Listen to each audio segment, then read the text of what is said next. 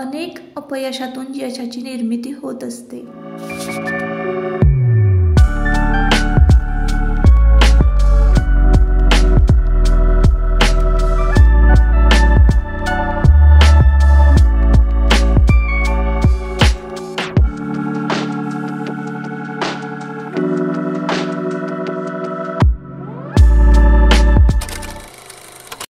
Hello नमस्कार, मी सुप्रिया आणखी एका नवीन ब्लॉगमध्ये आपलं मनापासून स्वागत करते।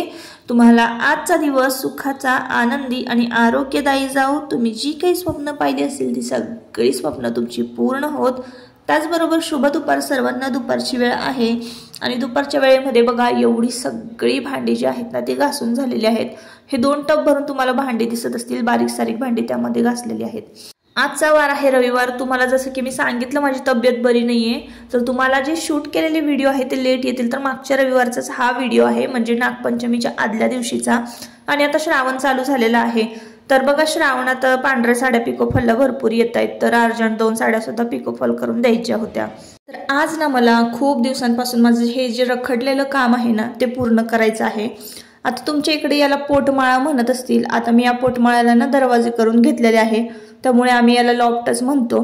तर लॉफ्टवरती का नाही सगळे जुने भांडे जे असतात बघा आपले, जे की आपण कमी वापरतो किंवा जुने अगदी वापरतच नाही, मोडीला द्यायचे तसे सगळे भांडे जमा करून ठेवलेले असतात, किंवा इतर कुठल्याही वस्तू म्हणा नको असलेल्या आपण वरती ठेवून देतो।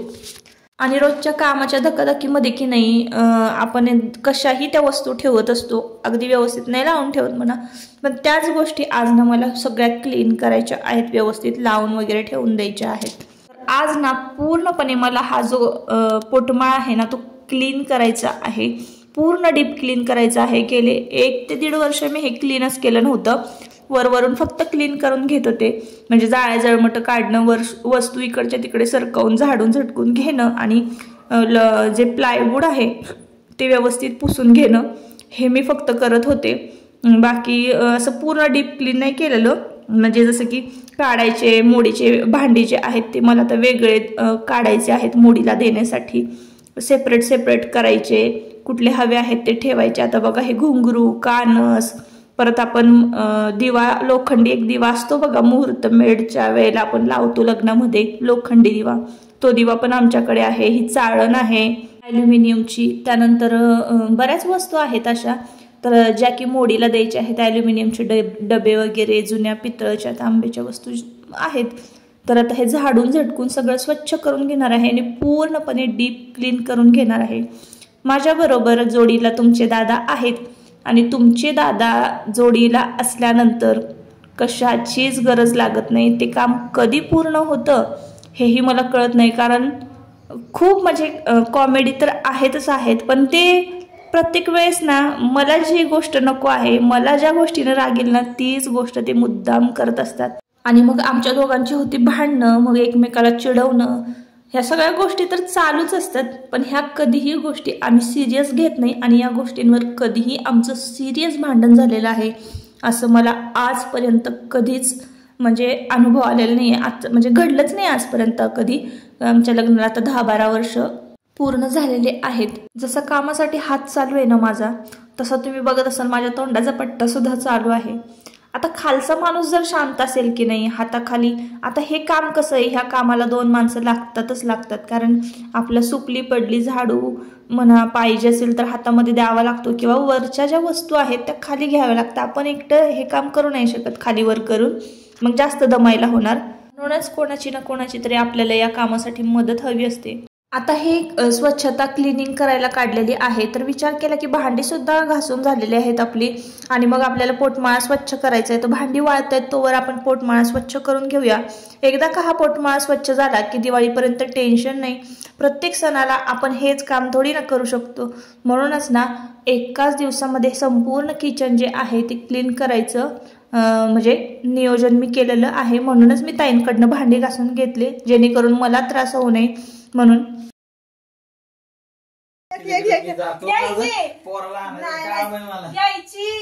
बघा मला एवढी मदत नाही केली तर मग बघा तुमच्या आवडीचं काहीच नाही करणार, नको गरज नाही बया बिया नाही।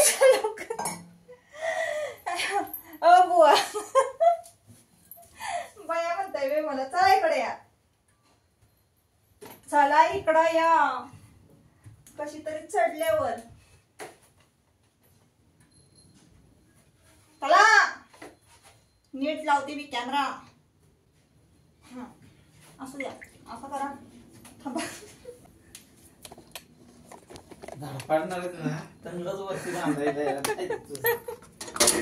असं करू नका. असं कॅमेरा आपण असं लावू. हा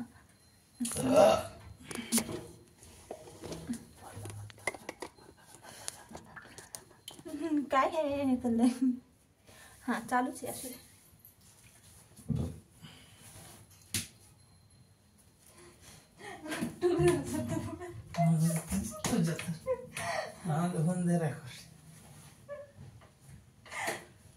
काचेचे भांडे एक पण फुटलं नाही पाहिजे. आयो भांडी कुठे वापराय काढलेली आपण ती कप विकत. नाही नाही बाऊल बघ की माकडे बाऊल आहे काचेचा हाच की बाऊल हे पण बाऊल आम्ही वाटलेले. तुम्हीच घेतलंय नाही तर सगळं. 5 वर्ष कंपनीत वाटत होतं. तर आता या बाजूचा पोटमाळा जो आहे तो सगळा संपूर्ण स्वच्छ झालेला आहे. आणि जी काही भांडी होती ना म्हणजे मोडीला द्यायची होती ती एका बाजूला काढलेली आहेत. ताटं डबे वगैरे काही चाळणी जुन्या ज्या आहेत ॲल्युमिनियमच्या ह्या सगळ्या. आणि ह्या बाजूच्या फक्त पोटमाळा क्लीन करायचा राहिलेला होता. आता ह्या बाजूचा पोटमाळा क्लीन करण्यासाठी ना मला खरंच म्हणजे एक माणूस तरी या गोष्टीसाठी हवाच होता. आणि तुमचे दादा काही यायला तयार नाहीत. बाद झालं एवढंच काम मी एवढंच करतो असं तसं गोड बोलून कसं तरी त्यांना हाताखाली घेतलं आणि हे सगळं जे आहे ते स्वच्छ करून घेतलं. आता ना रोजच्या कामामध्ये पण ते मला भरपूर मदत करत असतात. आणि अजून जास्तीची अपेक्षा करणं त्यांच्याकडनं म्हणजे मला तरी चुकीचं वाटतं. पण आहे ना हे काय करतात कामाला आलं की काम कमी आणि बघा भांडणच जास्त आहेत. असंच झालं तसंच झालं मग मी तरी का गप्प बसू. मग मी पण भांडते त्यांच्याबरोबर. मग भांडण काम तर राहिलं बाजूला पण दोघांचं भांडणच भरपूर चालतं. तर असा असतो आमचा कामाचा दिनक्रम. आणि अशाच पद्धतीनं ना आमचं प्रत्येक कुठलंही काम असू दे अगदी अवघड असू दे किंवा सोप्यातलं सोपं असू दे अशाच पद्धतीनं उरकतं आमचं काम. आता बघा बऱ्यापैकी छान झाड झटक झालेली आहे. आणि खरडून किरसोनीनं ना मी तो लॉफ्ट जो आहे तो खरडून लोटून काढलेला आहे. आणि जाळ्या जळमटं काढलेली आहेत.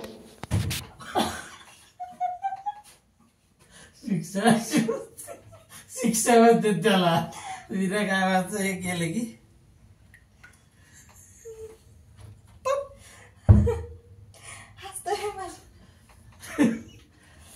जोरात लागला. लागतं की जोरात कोणा लागला ना फुटले का डोकं बरोबर हळद भरत.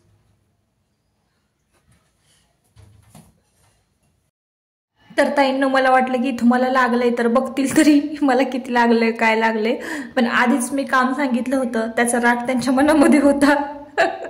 त्यामुळं ना त्यांनी काही माझ्याकडे बघितलं नाही. तर असो ह्या गमती जमती बघा कामामध्ये घडतच असतात. आणि एवढं काही जास्त नाही लागलं मला थोडंसं लागलं पण आवाज भरपूर झाला थोडं दुखत होतं.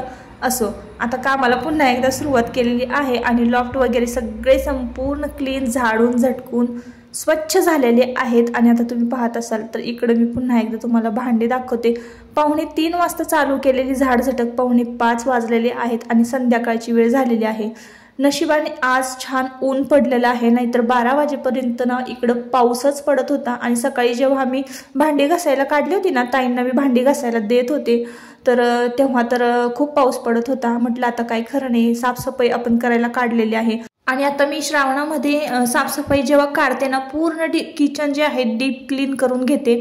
आणि इतर सण म्हणजे गौरी गणपती म्हणा किंवा रक्षाबंधन परत नवरात्र दसरा हे सण सगळे चालूच होतात दिवाळीपर्यंत. तर दिवाळीपर्यंत वरचे वर क्लिनिंग करून घेत असते. अशा पद्धतीनं माझं रुटीन असतं. तर वरचे सगळे लॉफ्ट जे आहेत ना एकदम मस्त क्लीन स्वच्छ करून झालेत. आणि संध्याकाळची वेळ ना 5 वाजलेले आहेत. तुमच्या दादांनी चहा ठेवलेला आहे. आणि आता संध्याकाळची वेळ झाली ना दिवाबत्तीची वेळ लगेचच होते. म्हणून आता बघा हे एकाने मला मांडणी विचारली होती की तुमची मांडणी कशी ती दाखवा. तर बघा 1 2 वरचं बघा हा 1 2 3 4 5 आणि सगळ्यात खालचं शेवटचं 6 असे 6 खण आहेत.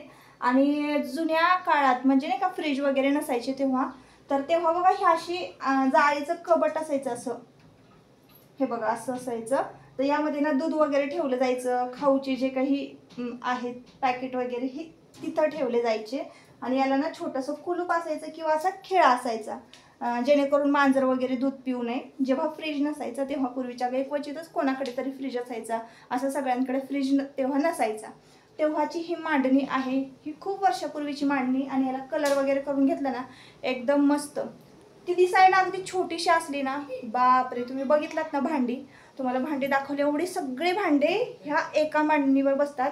डब्यापासून, वाटीपासून, चमच्यापासून, पळी, हे कप आहेत वगैरे अडकवायला, म्हणजे 6-7 फॅमिलीचा जो काही म्हणजे कुटुंब आहे ना, त्या कुटुंबाची भांडे एका रॅकमध्ये बसू शकतात. असं हे रॅक आहे. म्हणजे एकाने मला विचारलं होतं की ताई तुमची रॅक तुमचं दाखवा. तर हे एक रॅक आणि ते एक रॅक असं छोटं आहे ते, त्यात पण भरपूर भांडी बसतात. तर हे 2 रॅकमधली भांडी ना आमच्यासाठी पुष्कळ भरपूर होत्यात. आणि अगदी 10-12 माणसं जर जेवायला आली ना तरी भांडी कमी पडत नाहीत. तर झालं असं की मला ना ट्रॉली करायची होती, ट्रॉली. पण आमचा जो बिल्डर आहे ना त्याने आम्हाला ट्रॉली पण करून दिली नाही आणि असे कडपे पण लावून दिले नाही. आणि किचन पण थोडं छोटं झालं आहे, गॅलरी आहे ना ती आतमध्ये घ्यायची आणि किचनचं रिनोव्हेशन करायचं आहे. आता जेव्हा कधी पैसा येईल, जेव्हा कधी प्लॅनिंग करू तेव्हा करू. पण आत्ताच हे जे किचन आहे ना तर ते माझं हे असं आहे छोटंसं, जसं ॲडजस्टमेंट वगैरे केलेली आहे ना तर तसंच. तर आता इकडे वगैरे भांडी तर मी काचा वगैरे बसवून घेतलेला आहे.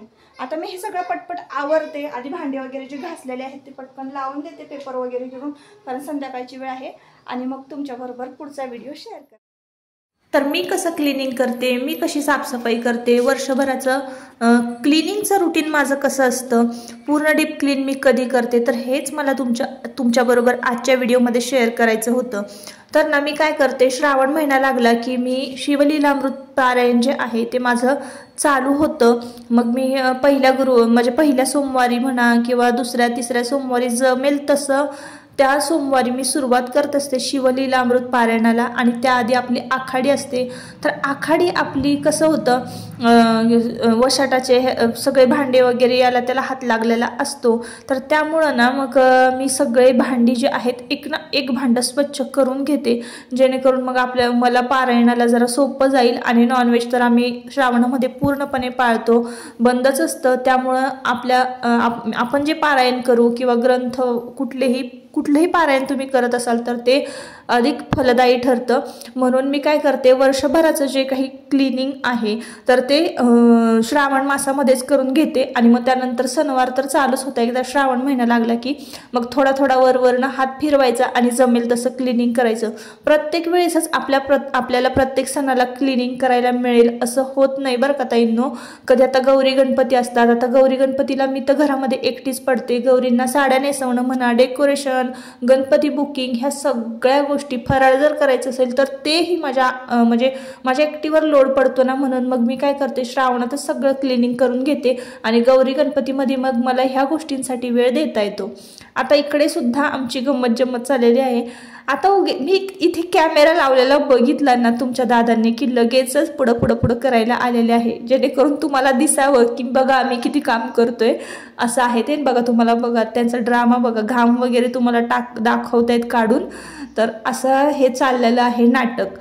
तर त्यांच्या नाटकांकडे तुम्ही दुर्लक्ष करा, त्यांच्या ड्रामाकडे तुम्ही दुर्लक्ष करा आणि मी जे काही सांगते ना त्याच्याकडे लक्ष द्या.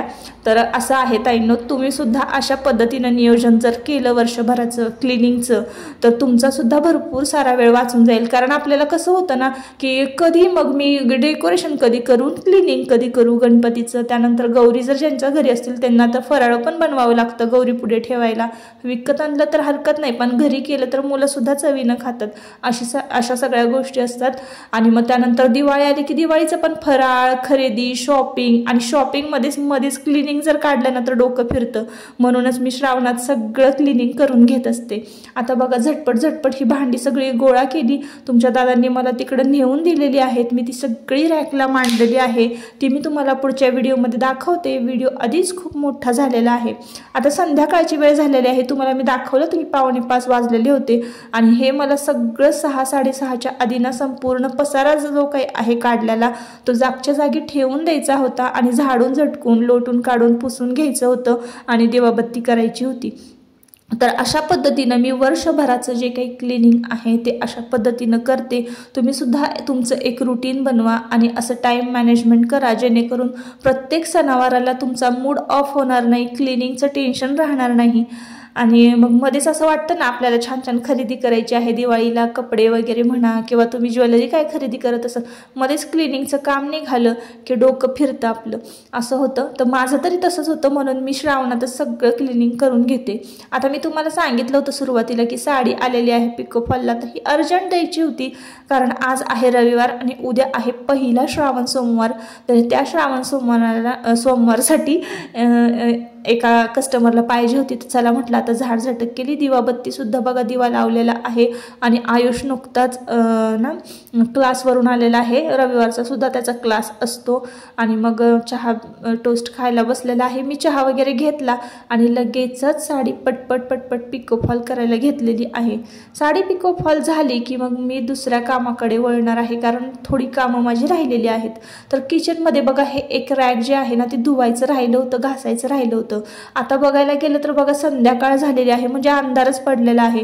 आणि मग मी विचार केला की कुठं आता हे रॅक काढत बसू खाली, आणि काढलं तर परत कुठं मी ती वाळत घालणार. तर मग मी काय विचार केला की इथं आता टाईल्स आहेत आणि खालीच सिंक आहे, तर तिथल्या तिथं पाणी ते गळून जाईल आणि तिथल्या तिथंच हे रॅक जे आहे ते घासून होईल. म्हणून मी आतमध्ये छान हात घालून ते संपूर्ण रॅक जे आहे ते स्वच्छ साबणानं आणि कात्यानं घासून काढलेलं आहे आणि धुवून सुद्धा काढलेलं आहे. आता मी हे थोडेफार जे जमलेले आहेत कट्ट्यावरची भांडी, म्हणजे स्वयंपाकाची म्हणा, चहा नाश्त्याची संध्याकाळची, तर ती सगळी घासून घेते. तोवर हे रॅक जे आहे ना छान निथळल आणि मग कोरड्या कापडाने हे रॅक पुसून घेणार आहे आणि त्यावर मग मी भांडी लावणार आहे. आता लॉफ्ट वगैरे क्लीन झालेले आहे. इकडची संपूर्ण मांडणी झाडून झटकून जाळ्या जळमट काढून क्लीन केलेली आहे. पाठीमागे पुढे ओढून सगळं झाडून काढलेलं आहे. इकडच्या मांडणीचं भांडीसुद्धा लावून घेतलेली आहेत यावर. आता फक्त राहिलेलं आहे एकच काम, म्हणजे ही खिडकी आणि टाईल्स जे आहेत त्या घासायच्या राहिलेल्या आहेत. नाहीतर मग सगळं संपूर्ण किचन जे आहे पूर्णपणे डीप क्लीन झालेलं आहे. आता प्रत्येक सणावाराला मी कशी साफसफाई करते, म्हणजे थोडक्यात कशी करते, हे मी तुमच्याबरोबर पुढच्या ब्लॉगमध्ये शेअर करेनच. तर मग आजच्या व्हिडिओचा इथंच शेवट करते. परत आपण पुन्हा भेटूया नवीन एका ब्लॉगमध्ये. तोपर्यंत स्वतःची काळजी घ्या, मजेत राहा. व्हिडिओ आवडला असेल तर नक्की आपल्या चॅनलला सबस्क्राईब करा आणि व्हिडिओला लाईक करा. Bye bye.